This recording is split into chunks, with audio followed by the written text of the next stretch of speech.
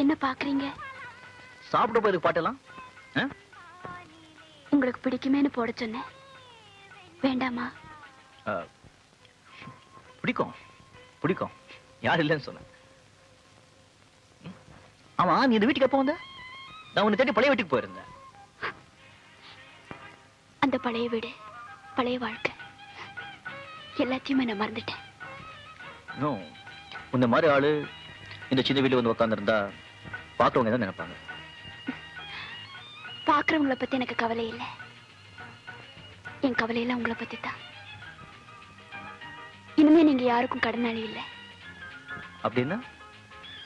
உங்களுக்கு தெரியுமோ தெரியாதோ, உங்க கடனை எல்லாம் நான் அடைச்சிட்டேன்.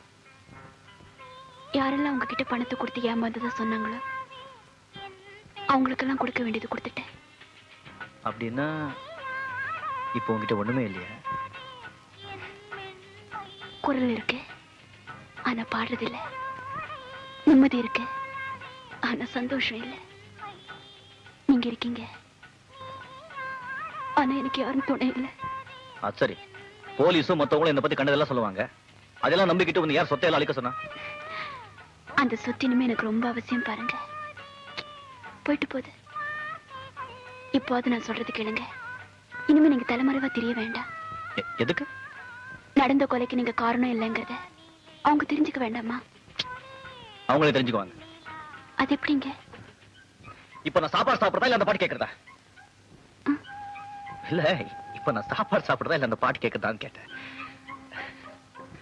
தப்பா நினைச்சுக்காத அர்ச்சனா.